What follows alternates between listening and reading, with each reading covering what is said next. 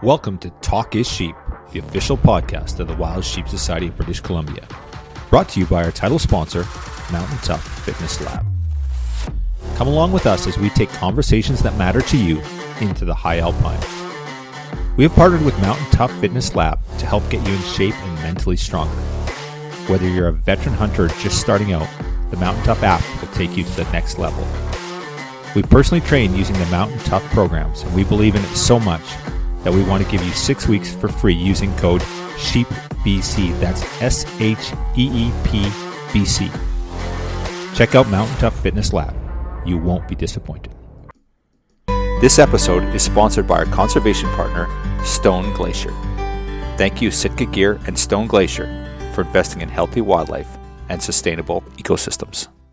Oh, Dr. Ward. Hey, Ward. How's it going, brother? Good to see you. Yeah, good, Mr. Stelter. I'm doing well. Happy to be looking out the window at some blue sky at the end of November and a fresh dusting of snow on the hills actually for us here, and then heading out mule deer hunting this weekend. So I'm pretty stoked. Nice. Yeah, man. You've had a pretty busy year, haven't you? You spent a bunch of time up north at Arctic Red and just doing some guiding. You did some weird shit, like got married and just yeah, man. Stuff.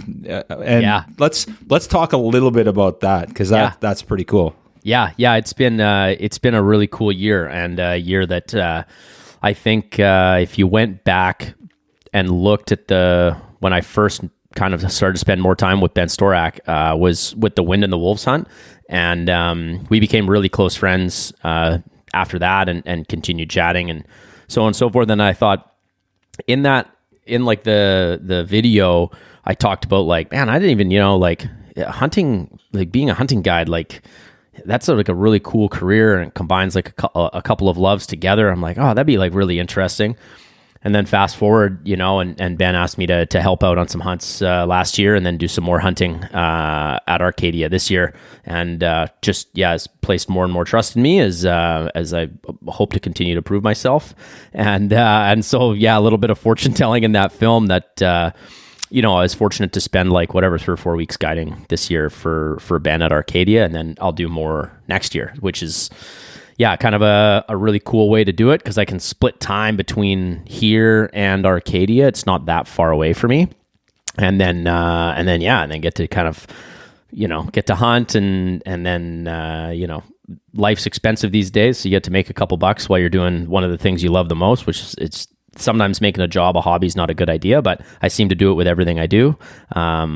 And then, man, it was just worked out really well. And then to rewind a little bit more, that's kind of, I met Ben, and it's pretty crazy that fast forward 2020 to 2020, and then 2023 this year, I asked Ben if he would be like the officiant for myself and Sonia getting married at Arctic Red River Outfitters, and there was a lot that went into that. It was kind of a crazy idea that I cocked up with Sonia when I was like, we need to do something fun, and I think a lot of people thought we were going to go to Europe. Like that's where we got engaged, northern Spain, and we were looking, and the thing that we'd looked at was, well, maybe we'll like go to Italy and then go into the Dolomites, skydive, land on a lake, do some cool ceremony there, and then cruise around Italy. And then you like look it up, you're like, yeah, this is like a package thing that like people do. And I'm like, that's fine. It's still really out there and really cool. But we were talking elopement, and we're like, like that's maybe not as unique as it could be. And then I was like, what if if it worked, and Ben agreed to it because he's got a crazy schedule and there was space. Like, what if we did like a double caribou hunt at Arctic Red, and Ben was our like marriage officiant? And she was like, oh, that's kind of crazy. And I was like, yeah, never mind. Never mind. And then we're like, I think we were driving somewhere, and she's like, that does like check a lot of boxes. Like that's unique. That's way out there. That's kind of, something that you'd cherish the rest of your life. I mean, going up there in itself being in the Mackenzie Mountains is absolutely breathtaking and feels like like almost a religious experience when you're flying over those things, right? Like it's pretty crazy. And then to to get married and be up there and have Tavis and his wife Becky and their kids and everybody else on the Arctic Red staff just be like so pumped up. Like we drove to Whitehorse and then flew in from Whitehorse into Arctic Red, and then everybody's like, oh my God, like, can we see your suit? Like, oh, you guys are getting married. You brought suits. Like, oh, that's so cool. Like, when you getting out there? Oh, Ben's like, everybody was so fired up. I was like, oh my God, this is really exciting. Like I almost felt like we were going to be like a burden. Like, look at these fucking city people coming up here, and anyway, everyone was super stoked and it went so freaking well. And it was just like flew in, met Ben, there's light for like 24 hours a day. Then freaking went up, hiked for maybe like 45 minutes from the lake we landed on, and changed into suit, wedding dress, and then Ben had like some nice words written out, like a nice little thing, and then we did our vows, and then we glassed for caribou, and actually wow. and then we hunted for caribou for like 14 days, and we killed 3 caribou. It was sick. Sonia was up to bat first, and the caribou we actually saw that night, like a few K away or so, is the caribou that Sonia ended up killing, which was awesome. Like super cool foreshadowing, and she just absolutely crushed it. Like I don't know too many guys who can, share a tent for, like 14 days or whatever, 13 days, whatever we did. Backpacking nonstop, right? And like moving camp constantly, no base camp to come out of, you got all her food. She carried all her own shit, like pretty full on to do that nonstop. A lot of people are like, I don't want to walk anymore. And then when we're killing multiple caribou and we're hiking them, whatever, 20K to an airstrip round trip, right? Like it's a lot of work. And she just like did it with a smile on her face. It was pretty badass, man. It's still like very surreal to me that we did that. It almost hasn't sunk in yet. Was there ever a moment where you're like, oh, fuck, what have we done here? Or was it always like, no, this is amazing? No, the whole thing was so good. Like hunting up there is pure spoilage. Like there's no one else around. You have so much daylight at that part of the year. You're just there. It's just all positives. Like, you're get up, like it's also just a relaxed pace of hunting for the most part because there's so much time. And I think if you're used to mountain hunting in BC, which is like you're usually trying to cram too much trip into too short of days, and then you're seeing guys up every drainage, you're trying to out hike them, and you're like, and the terrain is just like super steep but also just so dense, you're just like grinding for so much, which I love. Up there you're like, oh man, this is lovely. You're grinding, but you're like, I can stop, take a break, and see for miles. Like this is amazing. Yeah, it's very, very, very spoiling. And I think all I can think about now is like, how do I get back up there? Yeah, that's a good thought. So now with Sonia, has she always been a hunter, or what's the story on that? No, man, this was she'd never hunted before, and met me, and she loves hiking, adventure, all that kind of stuff. So like, quick story about us. She freaking, I was like, this is like kind of some things that I do. And we started dating each other, and I was like, if you want to come on some hikes or something like that, we can do it when I'm training and she's like, yeah, sounds good.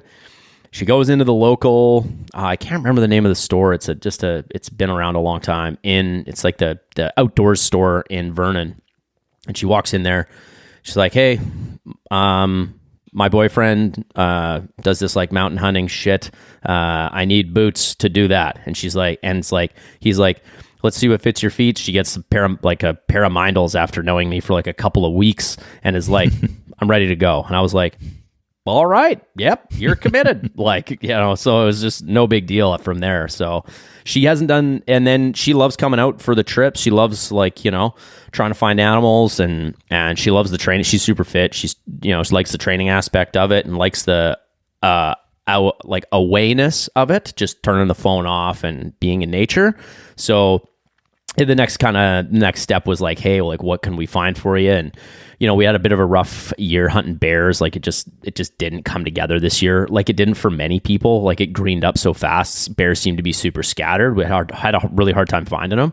And then so that wasn't it, which is like also taking a bear for your first big game animals, like no joke. So but I think she would have been down, and then was like, well, she shoots better than I do, and she shoots better than most guys. Like I put her down on 550 yards of like a 9x9 steel, and she's like ping, ping, ping. I'm like ping, miss, get upset, too much ego, miss, ping the last one. Okay, we're going home. Like nailed it. I'm good. Yeah, I'm dialed in. It'll be no problem. What caliber does she shoot?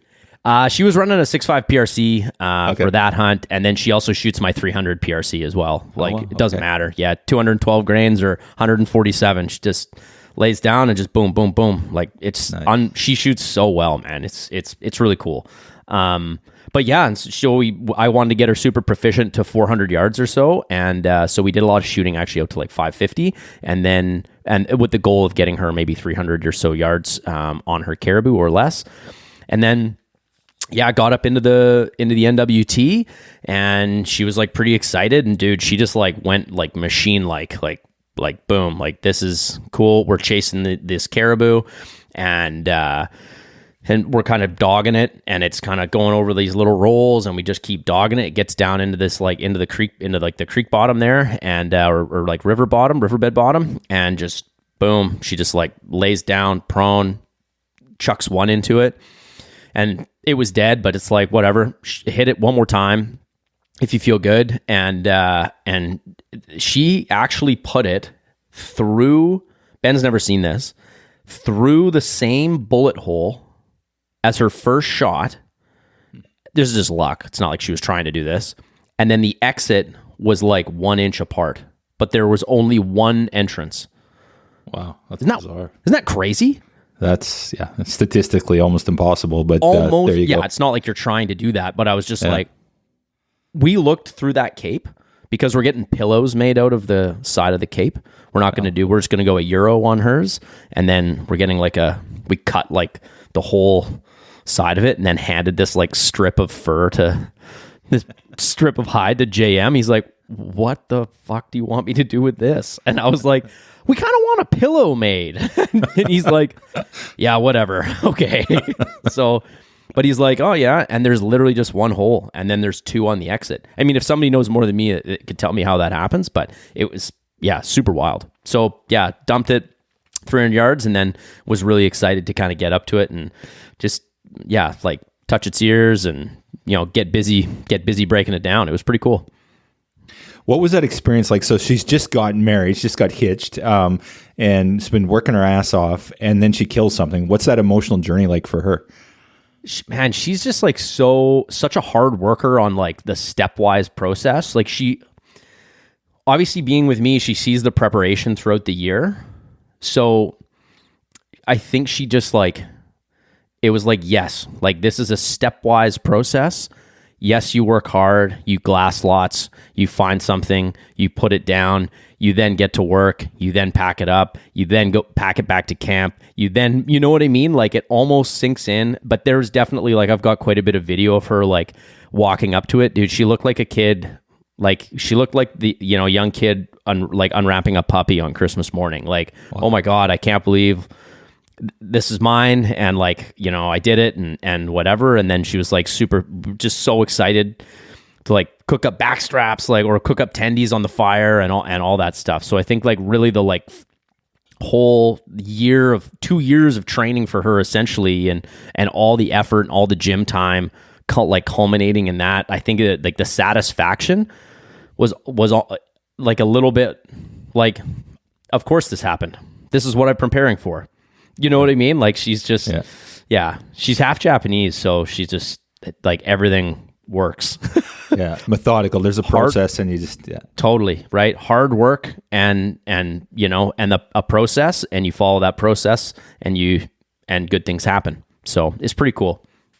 And how about you? So you had this whole experience. You've come up there. You've introduced her to this way of life. You've married her. You've taken them out in the mountain. Now she's killed her first animal. What was it like for you? Were you like cuddled in a ball, like crying, or were you like excited, or what kind of experience was that like for you? Man, I honestly think I'm still like unpacking it, like, because you're up there and it's super exciting, and then we kind of move on to the, you move on to the next thing and hike her caribou to an airstrip, and move on, and then like it all of a sudden is like, I wake up in the morning and she, she's laying huddled in her sleeping bag there. It's like a little chillier, and I look over, I'm like, my wife's with me in the one. I have a wife. Two, two, she's with me in the Mackenzie Mountains. And then I get out of my tent and I'm like, and there's like my best friend, Ben Storak, also here. I'm like, this is like the surrealness of the whole situation. We still talk about it. Like Ben and I'll talk about it all the time. Be like, that was so weird. And multiple times through the hunt, we're like, hiking, a little bit of death march action going on. We're on, kilometer 26. And Ben like kind of turns around and we'll look, and he's like, it's so weird to see you guys here in this place versus just like a client you're going to become, close with, but you're never going to see again. Maybe, you know what I mean? So I think it was just really cool to see her in that environment and just thrive and just be so proficient at it, and honestly have the best time. She's like, when can we go again? I'm like, well, not to Arctic Red anytime soon, but something else. We'll go for Spring Bear. yeah. I said, I was like, you know what? We'll get in the hills behind the house and we'll probably see 20 other guys, but it's okay. Yeah, she's kind of set herself up for a bit of a wake up call. But that said, she's been out there. She knows what it's like. She knows the gig, right? But I mean, I just, I said that this would be a fantastic time to never hunt again if I were you. Like, you went out, you went to the best place, you killed a really nice, caribou and velvet, and it's not going to get much better. Just quit now. Yeah. So it was good. And then, coming back from that, it was just still like a surreal, just the drive, like driving back from Whitehorse, we did it straight through, get back into town. And then like, it was right into, you're right in the mix. We were 3 weeks up there. So, that's August pretty much done, and then what I've been putting a lot more time into is bow hunting for elk. So the next part is just like cams, and then I went into the Kootenays to bow hunt for elk, which was a fantastic experience with my good buddy Todd Blewett, and then we got into elk. Could have, shoulda, woulda, but had pretty much everything go right except one step into a shooting lane with the bow. So not much I can do there. One was maybe just poor hunting choices. The other one was just, elk being elk, and kind of walked in and I was like, ooh, perfect. I can see this rack just walking behind these alders in this thick stuff. And I'm like, no, this is fantastic. I'm like at full draw. He's going to walk out behind these trees. And I'm waiting, and he just never appeared, and he must have just walked away. Just couldn't even hear him. He just got kind of bored and probably didn't see any cows, and then walked away. Just standard elk behavior. And then the other one, I kind of came around. I like moved a little bit too much as he was this bull elk was coming in, and I came around the corner. And if you're looking at something and you expect it to be like across the street, almost, you're like looking 100 yards, but it's actually right in front of you. I did that. Mm-hmm. I literally was looking 80 to 100 yards away through this thick timber. Like, where is this guy coming from? And I'm like knocking an arrow, attaching my release. And I'm like, all right, got my rangefinder ready. And then I like kind of like my eyes leveled on an elk 20 yards from me. And then he wasn't even looking at me. And then he looked at me, and I was like, if you've ever seen the movie Snatch, it's like when you're crossing the street and you pause and make a stupid face. That's what I did. I just made a stupid face, and this elk jumped 5 feet straight in the air and then took off, and then bugled at us a couple more times. But he was all rutted up already, and he was a 5. But any bull there, I would have smashed it for sure. So it was a great trip.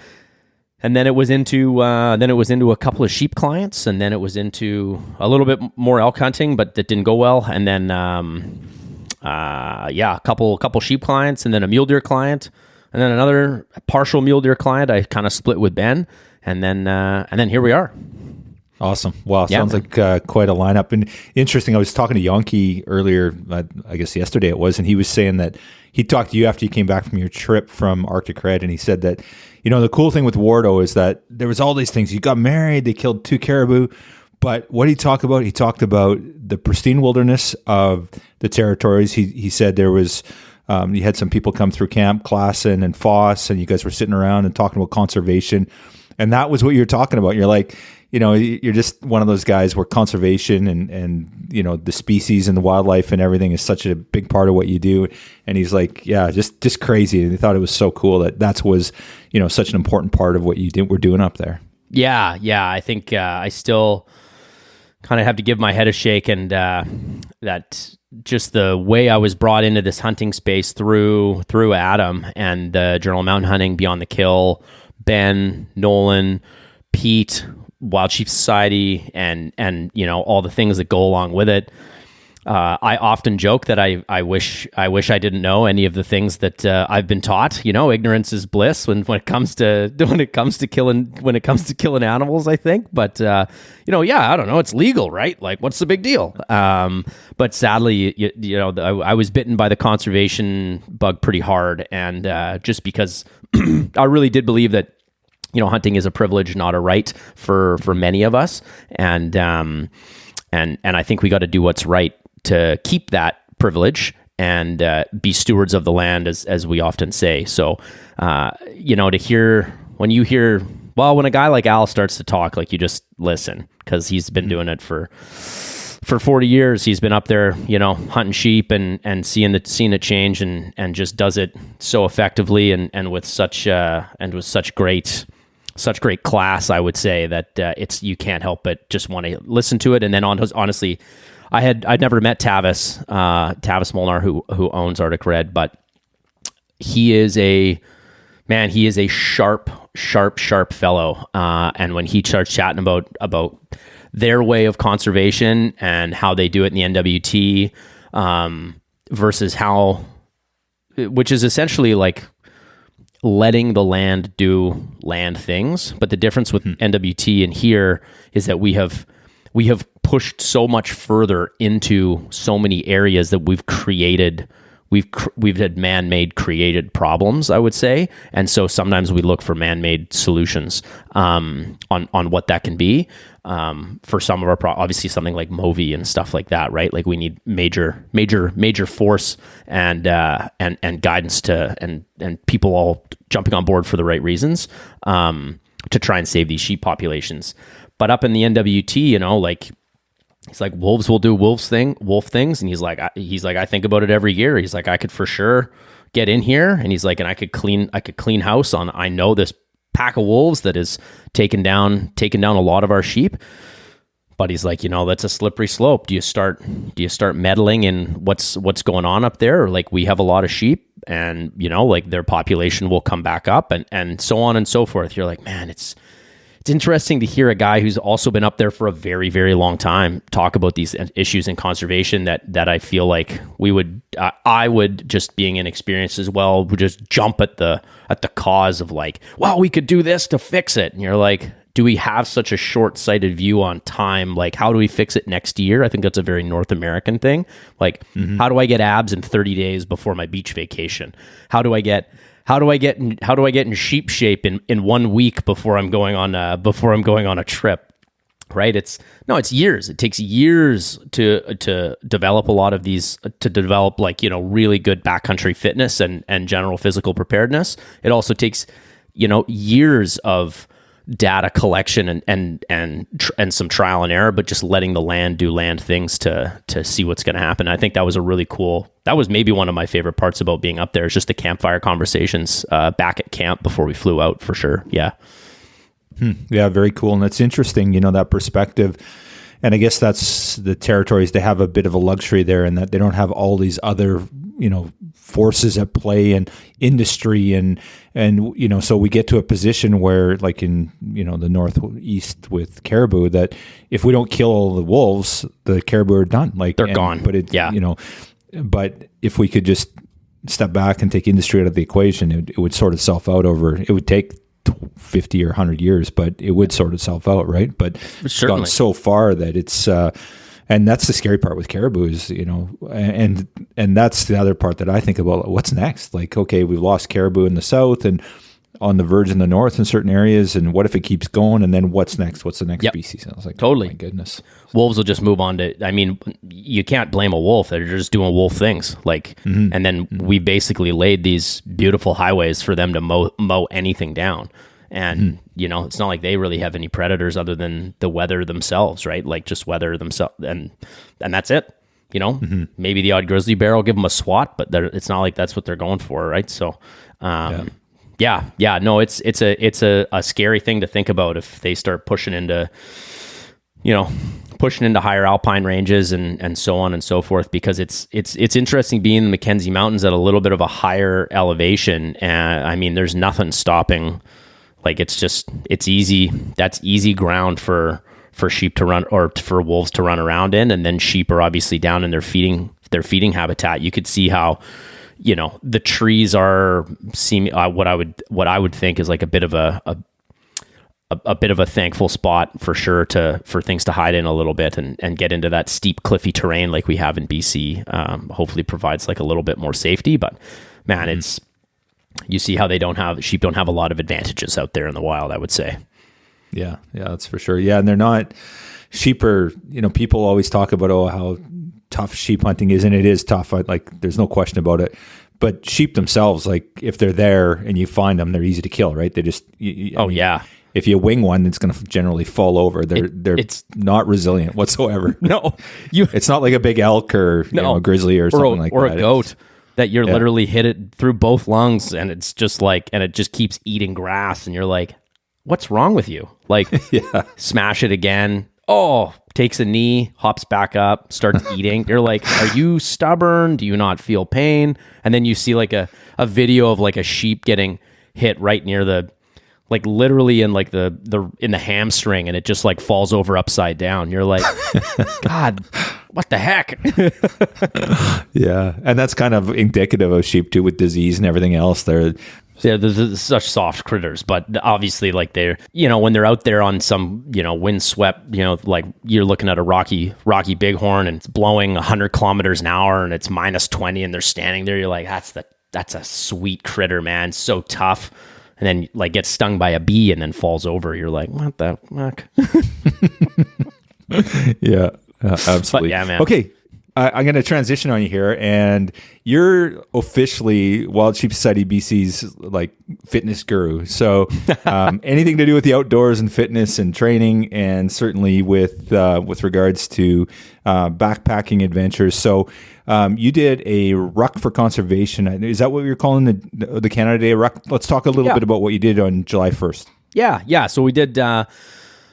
I don't even know how it ended up coming about. I was like, it'd be cool to get a couple people together and maybe we go for a ruck. I like to do it maybe just after bear season, like everybody's got to, hopefully people if they've done a bit of hiking for bears, they're getting in shape, especially people going sheep hunting and whatever. And I'm going to hike anyways. So I was like, you know what, why don't I invite a few people? Sonia made up some infographics.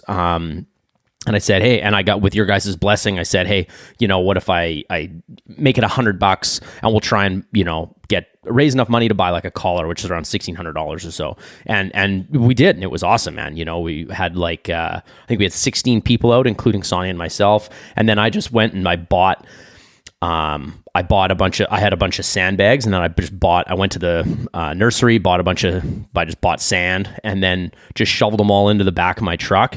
And, and then I weighed them all, and they were all about they were anywhere from 42 to 46 pounds. And so I showed up, there were 16 people, and I had 16 sandbags, and they're all about the same. I said, grab one, throw it in your pack. And it was people often think, and this from like the guess the weight bag challenge, people pick up a pack with some 30 pounds in it. They're like, oh, that's about 75 pounds.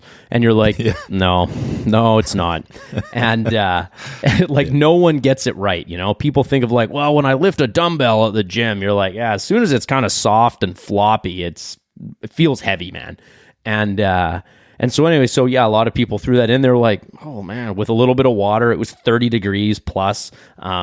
We did about 550 meters of 550 meters of elevation or so that day, in about 11 or 12K. So it was we didn't do it for time or for a winner or anything. It was like everybody came out. I got some unbelievable prizes donated by supporters of the Wild Sheep Society BC, and then some other fantastic brands like Okanagan Spirits, Frontiersman, all that stuff, which, some great prizes. And then almost, I think I had 16 people out. I omitted myself and Sonia from the winnings.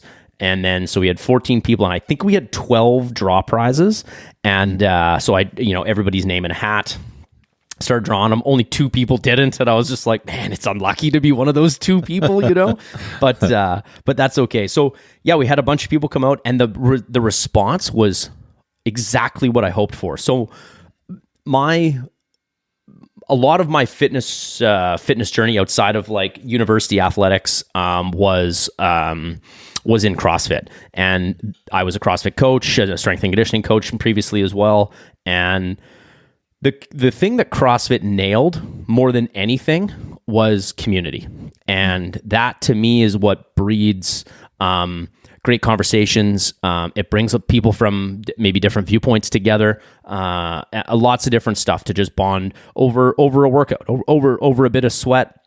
People grab a coffee after, whatever, and some people, especially spending a lot of time in CrossFit gyms, some of the people you meet at that CrossFit gym end up becoming your best friends. Like the amount of people who didn't know each other 2 years later, they're like at each other's weddings and they're like spending family vacations together is very high, right? Once you're around these like-minded people. And I feel like we do have that in the mountain hunting community. I just feel like it's, once a year at the expo is just not enough. So I really would like to try and expand on that more and more. And as great as online programming is, I thought, wow, if we can get this together and make this a yearly thing, I think it'd be really fun. And who knows where it goes. So with the great response and that we had last year, raised a few bucks, people, spending time out of their Canada Day long weekend. I thought, yes, we're going to definitely do another one of these. And then Maddie McCabe was like, we should look at maybe doing this in the shoe laps. That sheep population is having Proctor says a real hard time. And I said, well, okay, well, let's make it like an overnighter, and let's see if we can't get some people together. And so now we have the Ruck for Conservation last year, and this year we have the Ruck for the shoe laps. And so Maddie and I, and obviously we've been on some calls with all of us, and we're just kind of getting that off the ground now. Registration page is live, Mr. Kyle? It is, yeah. Yeah, sweet. So registration page is live. And the thing that I really want to make about this is that we're going to do kind of combined effort getting out. It's going to be July 6th, 7th, but I think probably show up on the 5th in the shoe laps. And then all of this information will be provided by email and stuff. After you register, registration will be $100. The goal is again to be able to buy a collar for that shoe laps region, and then head out, test a bunch of gear, get into some different groups, and see if we can't count for some sheep. And then I want to be able to provide as much nutrition knowledge, knee health, low back, whatever anybody needs out there. So we'll maybe spend some time on the Friday talking about that stuff, and then honestly a spot to test new gear. Like, when Foss does the gear chat at the expo, it's obviously fantastic and well received. The guy knows gear inside and out.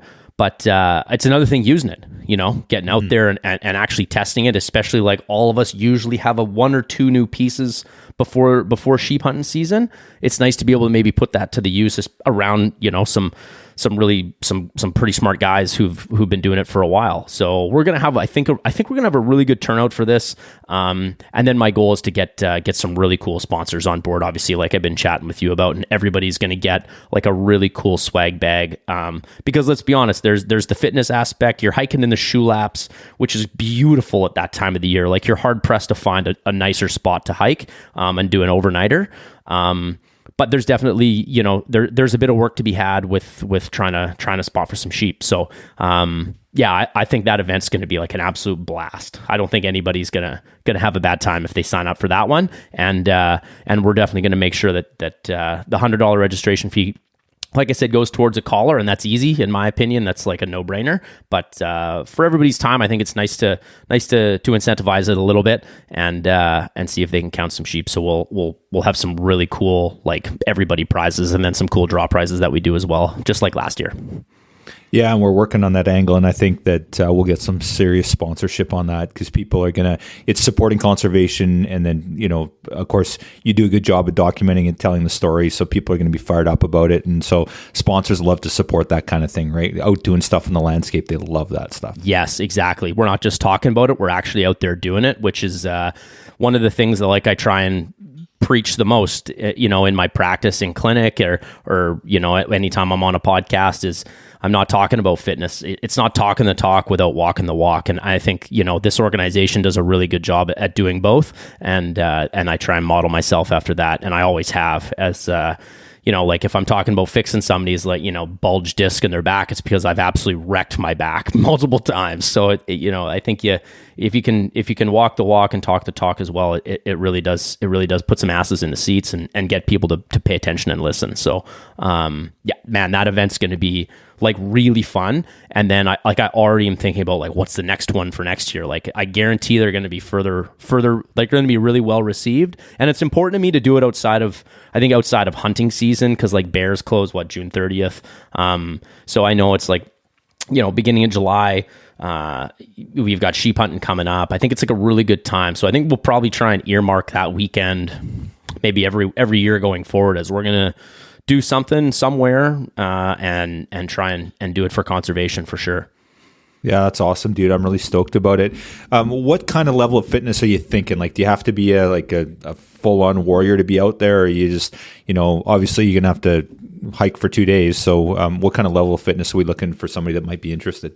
Yeah, I think that's a great question, and I had a lot of people even for the Ruck for Conservation on Canada Day this year that I did be like, wow, you guys are just gonna crush me, and it's wow, no, we're gonna hike, we're gonna wait, we're gonna hike. It's no man left behind. I really do feel like that military style motto. We're not gonna leave anybody behind, and if you don't have any experience hiking and your fitness level is really low, I think it's always nice to get kicked in the face and be like, wow, I need to be in better shape.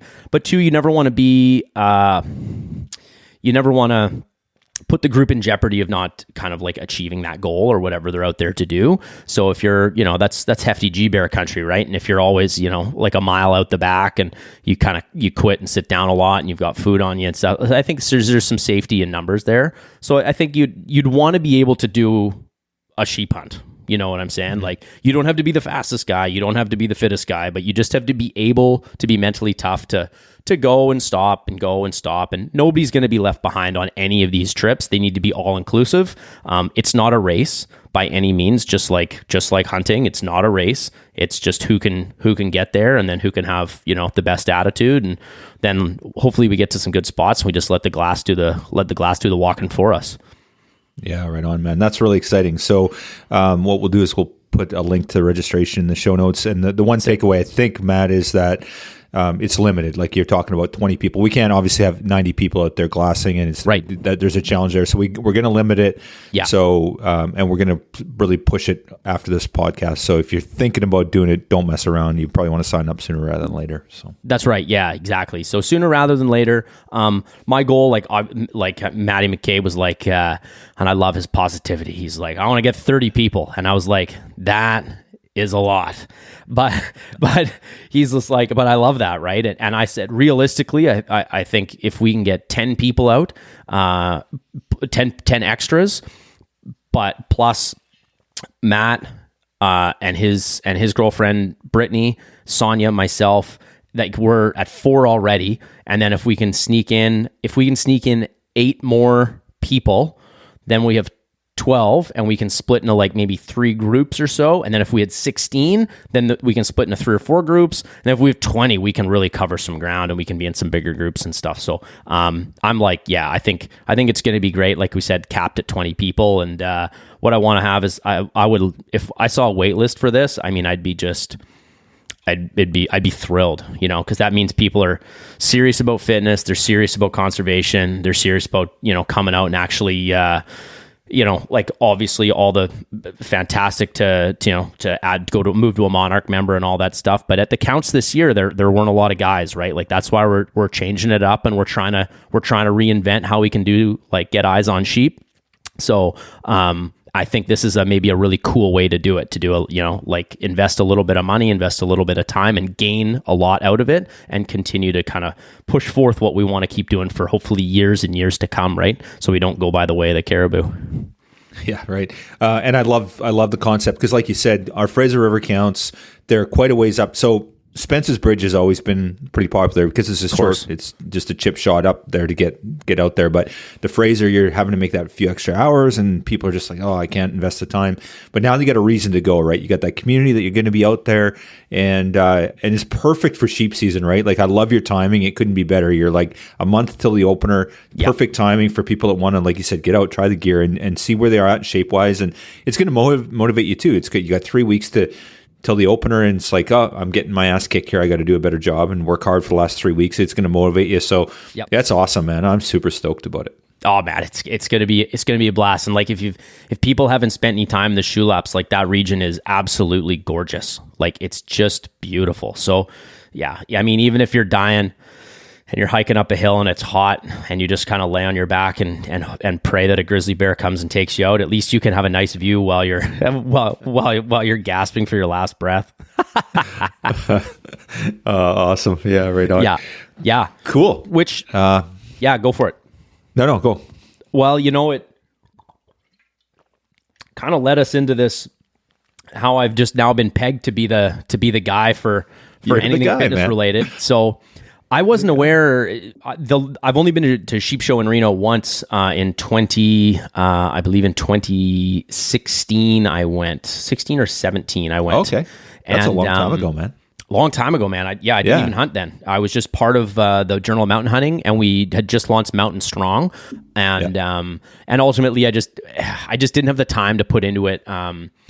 With many things like Adam and I talk about, like the journal was just like a little too ahead of its time with a couple of things, and fitness was one of them. I went around and talked to a lot of people. We had a booth, Journal of Mountain Hunting / Mountain Strong had a booth at the Sheep Show that year, and people were like, yeah, fitness, 100%. And they're like, I'm like, yeah, what do you do? They're like, nothing. I'm like, nice.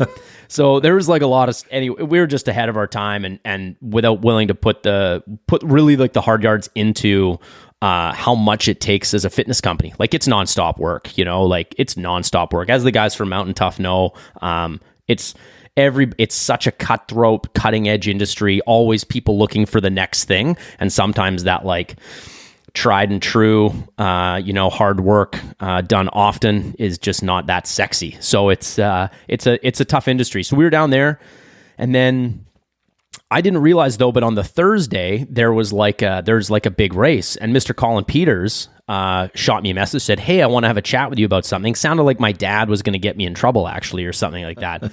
And then he was like, he's like, "I'm really interested in this event, like doing it." And I said, "Oh, I didn't even know that." He's like, "Yeah, on Thursday there's a run in like the Sierra Nevadas." And then he went on, and he told me about like Greg McHale, kicking the ass out of everybody down there, and then like some guy from Alberta, like put him into the dirt one year, and then I think COVID happened and it kind of stopped, but it was building like a good rivalry, and I'm like, that's sick. So now we're not about all like everyone finishes and gets a participation ribbon. So it's like we're gonna race, and I'm gonna set up with the help of you guys, but I'm gonna spearhead setting up a run before the Mountain Hunting Expo, which I'm pretty excited about, to say the least. Like it's gonna be like Canada, Western Canada needs a big mountain hunting expo badly.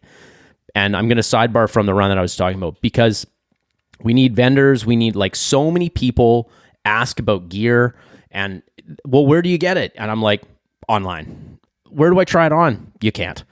It's like, there's so many people who are just interested in getting in and spending the money, which would support a lot of these, like, support, Precision Optics and local store here, Great North Precision, and some of these businesses that I know that are struggling, like the margins aren't good. And then obviously some economic inflation and interest rates. people want to be really sure of their purchases, right? And I think having like a really cool expo like this, not just the outdoors expo where you got boats and all that kind of shit that we do kind of seemingly constantly, which is great too, but having like a mountain hunting expo, I think you guys are hitting the nail on the head there, and I'm excited for years to come. So awesome. With that, we obviously are doing a little whiskey night on the Thursday, and so prior to that, we are going to do I'm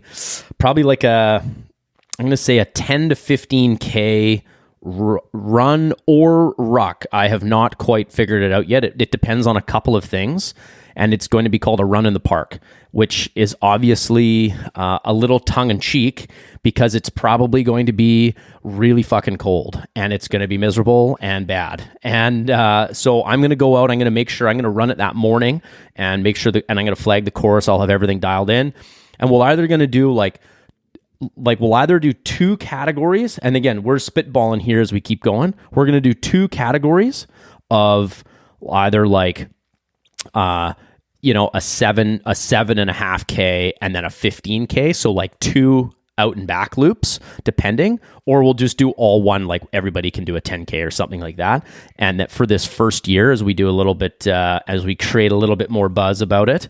And then registration is also going to be on the WSSBC page. And again, everything's going to go towards conservation. And it'll be again, limited participants this first year, just because quite frankly, I've done some events in the past where all of a sudden you've got, 90 people showing up and it's a whole different ball of wax at that point, and the event insurance changes and parking and all of these things need to be talked about. And you never want to have, the city of Naramata getting really pissed off at you because I have 100 cars on the side of the road without telling them. So we're going to limit it this year. And then next year, if you're like, damn, I didn't get in, well, it's going to be even bigger and better. So we're going to run again, this is going to be a staple every year before the WSSBC Mountain Hunting Expo. And it's going to be a badass time. It's awesome, dude. And I just love the concept. And you reached out with it, and it's like, oh my God, this is so amazing. This is what we've been looking for. Mountain Tough has come on board as a title sponsor. We've got 2 others in the wings that are we're talking to. We can't announce them yet, but we're going to have some amazing prizes, dude. It's going to be amazing. I'm super stoked for this. Yes. So it just, my mind starts running a little bit, right? With the response from the Ruck for Conservation last year, people this is a great idea. People from all over the states and stuff like that too were like, this is a badass idea, man. Really cool. There's a rucking group that does a lot of hunting stuff. Damn it. It's like Northwest NW something. They're out of Washington, I think Everett maybe. And they do a lot of rucks and community-led events. We're going to try and maybe do a cross-border thing we're talking about. I'm like, this is all exactly what I'm thinking. This is this community that connects us all. And in this hunting world, honestly, strength in numbers, man. And that's really what we need. So I'm just going to reach out the best I can and leverage, my professional platform and what I've spent my life doing, which is something in the health and wellness and fitness space. And just keep trying to kind of strive forward there to connect us all. So I think with that, we're going to it'll be either a ruck or a run, and then it'll be a couple hours ish in length. So it'll only be anywhere from 7 to 15K, and it'll be, Okanagan Mountain Park again, but from the south end, roughly somewhere in there. And then, prepare to, you're going to do that at about 12:30 in the afternoon. You got a couple hours of that, and then it'll be just time to warm up, and then it's whiskey. It's whiskey just after that with the Okanagan Spirits guys and myself. Yeah, it's going to be awesome, dude. It's going to be a busy Thursday for Mr. Wardo. That's what I'm telling you right now, buddy. You're going to be done Thursday night.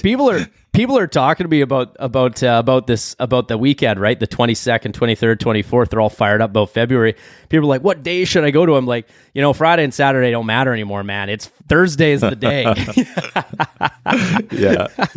That's awesome, dude. It's cool. You got to have, because obviously, Thursday to Sunday is a big chunk of time for someone to take off sometimes, right? So having some really good events like you guys are doing and we're putting on the Thursday, I think that's the key to draw people, right? It's great being at the talks and all that stuff, but being outside and doing some different things, it's just a different energy when it's like that, and it's super exciting and a really cool way to kick it off. Well, and that was kind of our vision too, and that was even before you brought on this run in the park concept. But it's let's have something for everybody. It's really diverse. The whiskey is insane, dude. Like it's the sign up list is incredible. Like we're gonna have to limit it. I was thinking, if it's our inaugural year and we'll do something nice there, but it's like it's insane, and people are signing up. They want to be part of that, so it's cool because now you show up on Thursday, you got stuff all day Thursday, all day Friday, all day Saturday. Go home Sunday, make a long weekend out of it. It's going to be amazing, and bring the family. There's so much to do in the Naramata Valley and Penticton, right? It's such a great spot. It's awesome for sure. There's so much new, like that's the thing too, right? Like you get a really cool place like Penticton, and it's sleepy in the winter, man. Like it's definitely sleepy in the winter, and there's nobody's surprised. Food costs these days, like you go to a restaurant these days, you're like this meatless salad is $28, let alone if I add chicken and salmon to it or something, like it's not cheap, and these places definitely make their year's worth in the summer. And I think adding an event like this to Penticton, I love Penticton so much. Like I have a lot of childhood memories from there, a lot of nostalgia, and to see there's so many cool small restaurants and breweries there. I think bringing a big event like the Mountain Expo to Penticton in February and what we can provide the city again is just another arm of what conservation can do, and kind of the city will also reap the rewards of it, right? Which is amazing. Well, they were fired up. We worked with the city on that, and the was the Chamber of Commerce, effectively. Yeah. That's not the right term, but they were super stoked about having us there. The hotel and Penticton Trade and Convention Center, they're super fired up, and just it's a great time of year, and I love it too because if you have it later, then you're fighting for spots and trying to get hotels, and it's just a shit show, right? And this is we've kind of got a little bit of luxury there, and then still cool stuff to do. Like the Okanagan is so beautiful, and there's so many things to do in the wintertime, and you can literally jump in a car and go see sheep. Like, was it 20 minutes from the hotel? Probably half an hour. You could probably be into sheep, 100%. Right? Like, amazing, sure. Right? Like, you want to take, you want to, the wife and kids want to go do something, or somebody's not interested in spending the whole day at the convention. That's fine. Go up to Apex, hit the skate trail, like go skiing for the day, come back down, have the banquet at night. There's so many options that I think make it. This will be a really, really, really fun event. And like I said, there's a lot of people talking right now about man, there's so much gear out there, and all of it is good. Really, it just depends what fits you, and certain pants don't fit me well. Like I love Stone Glacier, but their regular pant, like I'm 5'8", like it's no secret I'm not exactly the tallest guy. Their regular pant for me is long. I wouldn't know that, like it's a long pant. So there's just certain things that are small like that you just you're gonna benefit from coming to these shows and just being able to see and try on all this like badass gear that brands have these days. Well, the cool thing about it too is we've got some pretty big ones coming up, like having Stone Glacier at our show. That just doesn't happen in Canada. Having Kafaru at our show, that doesn't happen in Canada. You can come there and listen to a guy like you, and we haven't even hammered down what you're going to talk about. After Thursday, you're going to have any energy left to do a seminar. But honestly, like last year, your seminar was fucking off the hook, man. It was standing room only. There was 100 people in that room. Yeah. And but you can come and listen to you to talk about fitness or what. And again, we'll advertise through our Sheep Hunting University exactly what we're offering, and we're starting to nail that down now. And so I talked to Yonki yesterday. He's going to do a seminar on boots. It's critical. And then Schnees is going to be there in the booth. Go try on some boots. Omer's going to be there. He's going to have all his gear there from Precision Optics. So I think he's a crispy dealer. So there's a whole bunch of stuff, and so you can learn from the experts, and then you can go try the gear on, which is really tough to do, as we know. So yeah, man, I think it's going to be super awesome. I think as well we'll talk. I got to bring this up to you, but I'd like to have a little something maybe in between the frontiersman and Precision Optics booth, like maybe a little like I'll bring the pull-up bar, I'll bring my squat rack in with the pull-up bar attachment. We'll do like a dead hang, 2 minutes, and it gets you a prize or something like that. So I think we like lots of fun stuff like that we can start adding in as well. Yeah, that's super cool. And, that's the one thing that our vision with this is innovate. We don't want to do like, look at the BC Outdoor Show in Chilliwack. They do a great job. but that's their niche, right? Like, we don't want to fuck with that. We want something that's completely unique, Yes. completely different than any other experience. We want people to come there, like you said, mountain hunting, very specific, Yep. and to be that niche and sort of carve that. And we know we're never going to be like a big show, and that's not what we're looking for. We're not looking to have 5,000 people come through that want to buy a boat. Like, that's not why we're there. There's boat shows for that. Like, you know, Exactly. like we need stuff that, you know, like I said, like I keep coming back to a bit of a broken record, but we need stuff that unites the community. And I think, you know, I love the haters of when you're a Sitka guy or a Kuyu guy or you're a bow hunter, or, you know, like these are all just like bullshit things that you can kind of like piss on your buddies about. But when it comes right down to it, man, like we're all there for one thing. It's to support conservation. And then anything else on top of that is just a cherry on top. And I don't see why there's a reason that we can't make like this, like a pretty mega weekend, especially starting with like a badass little fitness event on a Thursday. Yeah, absolutely. So talk me through what kind of you're going to bring a bar in. What are you doing? Talk about this. Yeah, I haven't brought this up to you yet. I've just been kind of spitballing it in my head a little bit.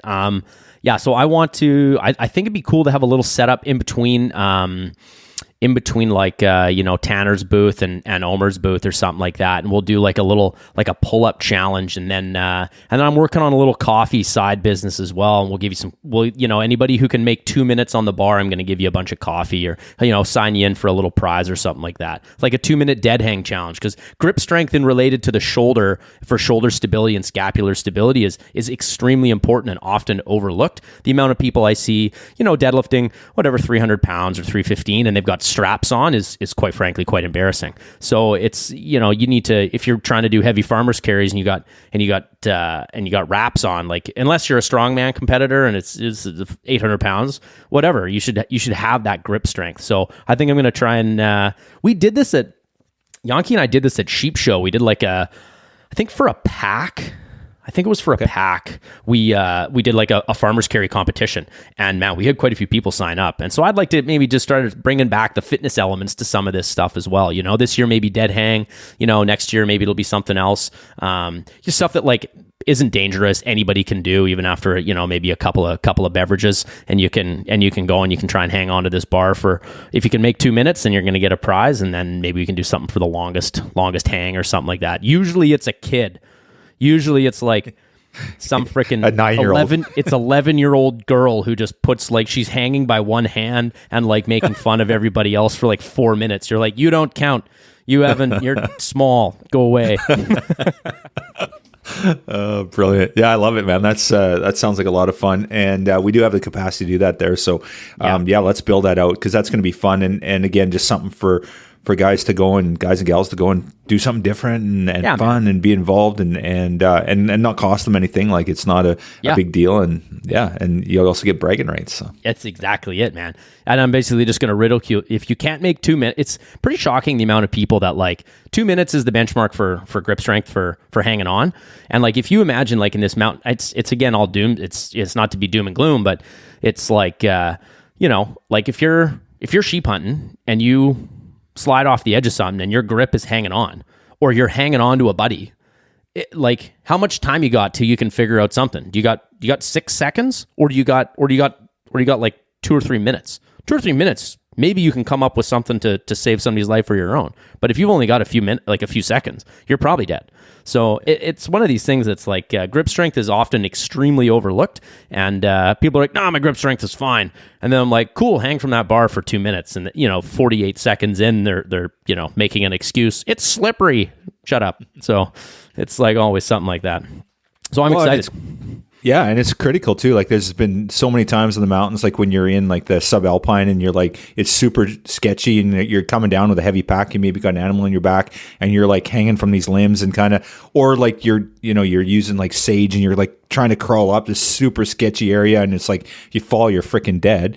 Yeah. And you're like, grabbing onto stuff, and like that stuff's rooted so you can hang on, and it's like, and you got a 60-pound pack on your back while you're doing it, right? It's like that grip strength is absolutely crucial, and like, that's something you don't really train for. A lot of people don't, right? So it's one of the things that I've been doing some writing this year for Western Hunter magazine, and it's one of the things I talk about in my shoulder health article is the link between grips. If you do nothing else to help your shoulder, and you have some weak grip, if you do nothing else other than just work on your grip, I guarantee you will improve your shoulder capacity.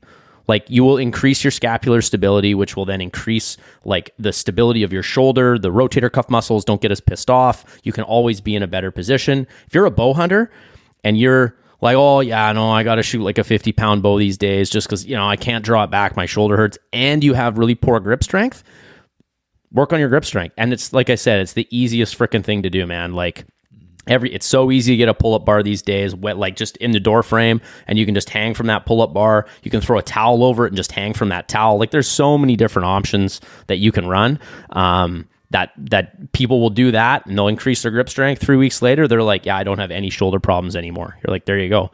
There's actually a book of this guy in Texas. God, I'd have to do some digging to find it, but he's an orthopedic surgeon out of the University of Texas, I'm pretty sure, and he.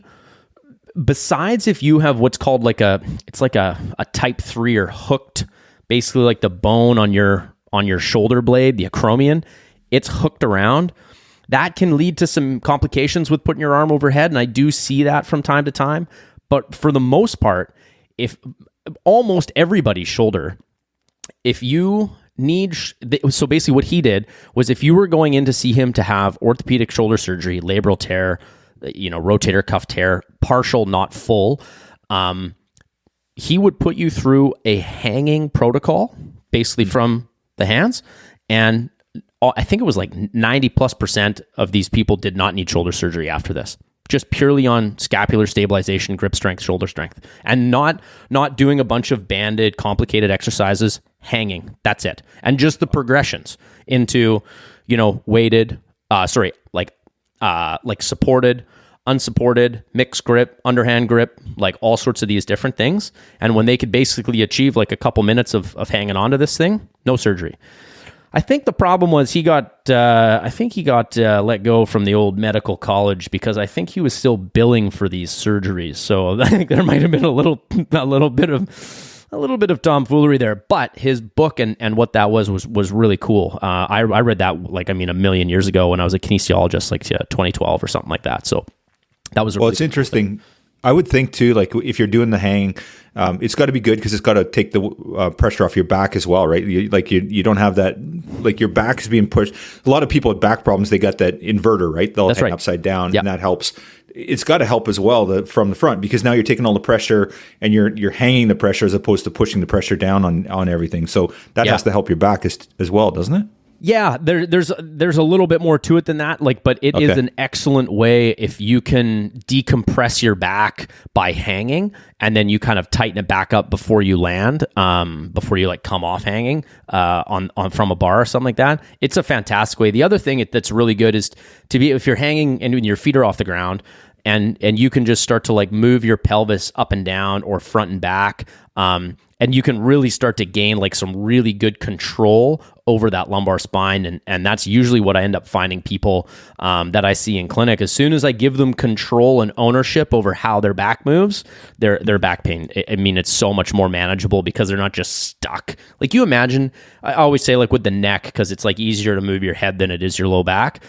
If your neck hurt to just be kinked to the left all the time and you couldn't move it to the right to make it not hurt, man, that would be miserable. That's essentially what can happen in people's backs, is it's stuck in one position and they do not know how to move it. So yeah, hanging can be a fantastic tool for back pain relief, and also just core strengthening and stuff, the things you can do from there. So, and again, if you can only hang for 8 seconds, you're not going to get a lot of relief in that time. You're going to hang on that bar, you're going to panic right away, and then you're going to be like, well, I'm done now.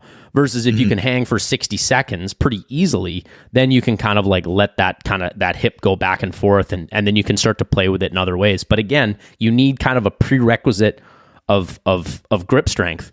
And this is what my good friend Jeremy Meredith and I have talked about, and he's written a couple articles on it as well, one for the Journal of Mountain Hunting, is strength is the glass, right?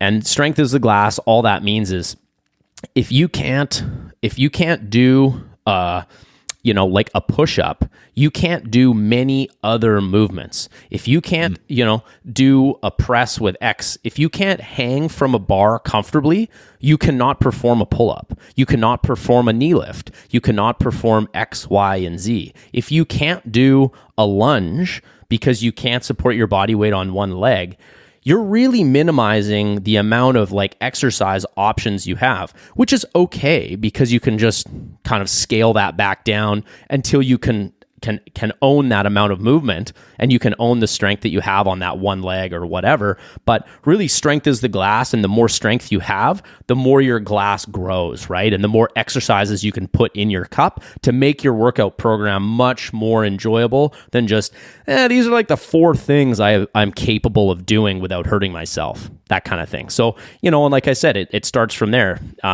Something as simple as grip strength, and sometimes, just like we're talking about the ruck for the shoe laps, getting your ass kicked a month before sheep hunting season might kick you into gear a little bit. Someone, who has like, oh yeah, I've got a right shoulder problem, and their grip strength is, and their grip strength is 25 seconds of hanging. There's your problem, man. And sometimes you don't know that until you're exposed to it, right? So hopefully we'll get some good conversation out of it at the show. I'm going to go do some hanging and time myself now. You got me all intrigued. I'm like 7 seconds. I'm like, I'll report back that the next time what it is. But, please do. Yeah. We'll have to make it public so everyone knows. Oh, goodness. Yeah, for sure. Well, now I've got a motivation for February. I got to try and be ready for the show. Awesome. Cool, man. What else do we need to touch on? I know we've hammered a lot out. I actually want to talk about some fitness stuff with you, but we won't do it today. We've already gone long enough, but we'll circle back here, and maybe we touch base in a month or so, and we can sort of talk about how things are shaping up for the show, and then talk about the shoe laps and get people fired up again. But I like it.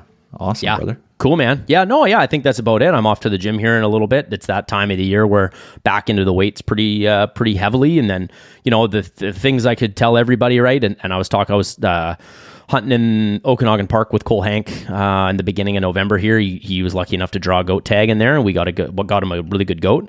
And we were just talking. He's like, we're just chatting fitness and so on and so forth. I said, man, it doesn't have to be too challenging right now. It's all you're looking at is getting back into the gym to rebuild your strength, because strength is the glass, like I just talked about. So that's one concept. And then the second concept is you're really looking, and I talked about this last year at the show, you're really looking for 120 to 180 minutes of zone 2. That's talking pace cardio a week. That's it. Like, you don't have to make it. You should not be out right now fucking grinding hill sprints. You can if you want to, but it's really not that purposeful. You just got to be hitting that zone 2, and then you got to be rebuilding your strength, and that's where your soreness and challenge should come from. So if there's one thing that someone takes away this fitness wise, it's get back into the gym to start building that overall base strength again, and do not let your zone 2 cardio slip. And zone 2, like I said, is talking paced cardio. You should not be gasping for air at any point during it. If so, you just got to slow down. And if that's just walking, then it's just walking. And that's totally okay. So that's what I got for fitness wise until we chat again. Yeah, right on. I just picked up doing Mountain Tough's program, and I'm on week 1 of Mountain Tough's postseason strength setup. So perfect. Day 3 today. Still got my ass kicked, but God, yeah, it's good. It's nice. It's good to be on that program, and dude, that's perfect, we'll chat more. And when we get together next time, I want to chat about kind of motivation, so people that have been out of it, or maybe they're not in shape and they're going to the gym, they got a program, you get them set up on a program, you got a Mountain Tough program, whatever the case may be. You show up at the gym and you're fucking wrecked. What do you do? Do you just kind of struggle through? Do you do what you can? And then, dealing with the motivation and sort of that aspect of, I'd like to kind of dive into that, because I think a lot of guys struggle with that, and then staying on it. And you've been awesome, man. You've been like, hey, how's the workouts going? And Colin bugs the shit out of me. He's like, hey, what's going on? Have you done your workout today? And it's great. It's about that discipline and sort of, that I think that would be really good to sort of, for guys to dive into. And of course, Haynes and all those guys talk about that stuff all the time. Yep. And I know on your podcast, you guys talk about that a lot. So I'd love to have a bit more perspective on some of those tools. We won't dive into it today, but I'd love to to get some, just for me personally. So. Well, and I mean, one piece of advice, one piece of advice that I can definitely give, especially if you're just starting out, like getting back into a bit of a consistent fitness program, is, you're not going to be in the best shape of your life in a month, and you're not going to be in the best shape of your life in 6 months, and it's probably not even going to be in a year, and it's probably not even going to be in 2 years. So you really have to expand your horizon on not just for the next day, but you got to put in the work consistently, time after time, workout after workout, year after year. And then you provide this like resiliency. And the only place to start is just starting. And it doesn't matter like what it is. Like, I'm a wreck right now getting back into high intensity fitness. Holy fuck, does it kick my ass. But I really have to limit myself, because although I've been doing this my whole life, and I still have the mind of I can drive like a Ferrari, but right now I got a couple parts in me that are probably a little more forward focus based. So like, that's ultimately it. So I have to limit the things that I know are going to cause me problems, so I can keep working out all winter to regain that Ferrari engine. And then the second thing is, you shouldn't leave the gym every time completely wrecked. Mm-hmm. You should there's going to be some soreness. Don't get me wrong. Like, I have many days of it, but after a few weeks, you should be leaving the gym feeling pretty good. And that's that just linear increase. But man, it doesn't matter. Like, you can be working out all the time and you haven't done lunges in like 2 months, and then you do lunges, but you've been back squatting a lot. Doesn't matter. You're going to be so sore that like, but that's not what I'm talking about. I'm talking about that, like, I can't actually even function. Like, I can't work out. Like, I can't even actually roll over in bed properly. That's another level of soreness that when you get a little older, that's going to be an injury, like, most likely. So you really just got to like meter it out a little bit. Take that, remember that you're not like 16 and in high school and have testosterone just absolutely coursing through your veins, and you cannot get hurt, and you can recover off anything. So there's a couple of those things that I think as well that are super important on mindset. But like you said, that's a little taste, but we can absolutely get into that on another podcast. Yeah, you touched on it, because now you piqued me. But so you go do your workout today. You're absolutely trashed. You come home. You wake up in the morning. You can't get out of bed. You're like stiff as hell. But it's just stiffness, right? So, something like that. Do you say, fuck it, I'm taking the day off, I'm going to have a recovery day? Or do you go to the gym and just say, I'm just like super light cardio, I'm going to walk on the fucking treadmill, I'm going to do whatever. Yep. Just go on the stepper. Well, stepper's probably not a good choice, but whatever. What do you do? Do you just go? Do you force yourself to that mental discipline, like I'm going no matter what? Or do you say, no, this is where I draw the line? Oh no, man, you go no matter what. And if you go to that gym and you get through and you've got a Mountain Tough program, and you go through maybe a little extra warm-up, maybe you do the warm-up almost 1.5, 2 times through, and then you're like, then you try that first movement, that strength movement or whatever it might be, and you're like, that feels pretty good. You do it. Wow, that feels bad. My back hurts. Maybe you pull the pin that day, maybe you ride the bike for a little bit, and you know that you're getting out and you're doing something else. And then you go back that next day, because as adults, the biggest problem is losing the habit. And if I lose that habit of working out 4 or 5 days a week, even though I've done it my whole life, man, is it hard to get back, because as adults, we're busy. You all of a sudden fill your day up with this bullshit that takes away from the stuff that makes you, right? And that to me is a big issue. So it's keeping that habit. Even if you're going to the gym and you're hitting the smoothie bar and you're pedaling on the bike doing sweet F all, but this is where I think also rucking is like the money, because you can easily throw a 20-pound pack on and you can easily walk on that treadmill at zone 2 pace, literally talking pace. If you can't do that, you're probably injured. You know what I mean? Like, you're probably not doing very well for yourself, and you should probably go see a professional about it, or at least try and figure out some of that thing and figure out what caused it in the first place. But if you can get to the gym and you can walk on a treadmill or walk outside, you live on Vancouver Island, you can literally walk year round there.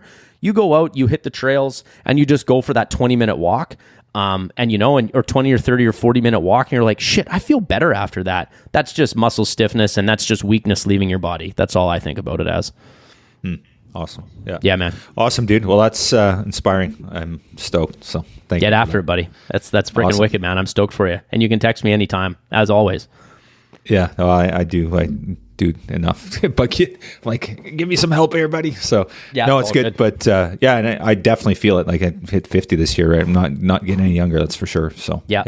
And right. And it's not how fit you're going to be when you're 51. It's how much of a badass you're going to be when you're 60. Like that's legitimately what I tell people.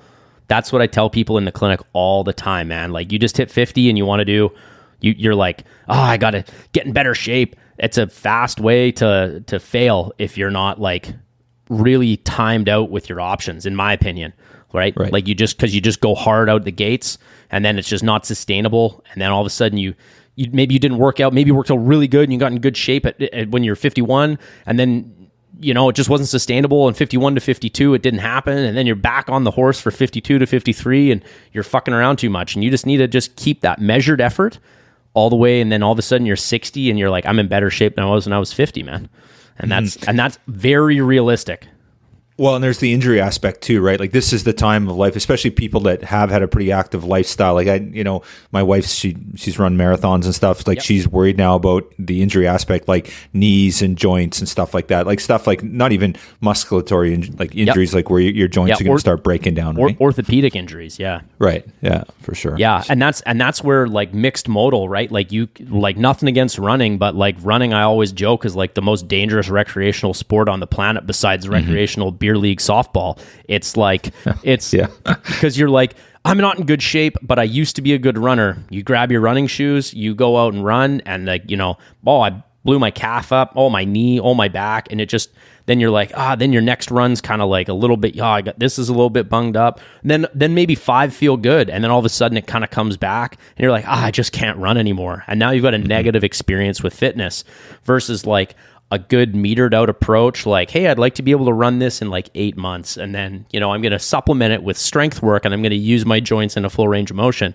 That's the stuff that I think really like, that's how you can prolong you can lower their age number by making them kind of more well-rounded. It's just to be more well-rounded takes more time. So we have to, again, meter out the time that we're spending. Like what's a realistic expectation? Like, am I going to have, hey, I'm just starting training this year. I want to be able to squat 405 and run a sub 40 10K. Well, you better have some really high levels of strength and fitness before that. Like that's a crazy, crazy, crazy goal. But am I just starting out? Because, like maybe you can do it, but I doubt it. Versus, it'd be really cool to like work on my strength and then my running at the same time. And in the next 3 to 5 years, maybe be able to have this really cool goal. So anyways, I think there's just some stuff like that just needs to be getting those goals out there with someone who's had a lot of experience with it and then making them very realistic. Yeah, right on, man. Yeah, awesome. Brother. Lots to focus on. Appreciate it, and for sure, stoked. And let's do this again real soon. Let's get back on and chat some more. Absolutely, man. I'm super excited. So just to recap on this too, we've got the run in the park before the Mountain Hunting Expo, and then we got the ruck and the shoe laps, in July. So 2 big events for people to look out for. Everything will be in the show notes, and it's live on our website now too. So it'll be all there, and it's just going to be a great time, man. And the whiskey tasting. Don't forget the whiskey tasting. It seems like no one has. So that's fantastic. Awesome. Nice, man.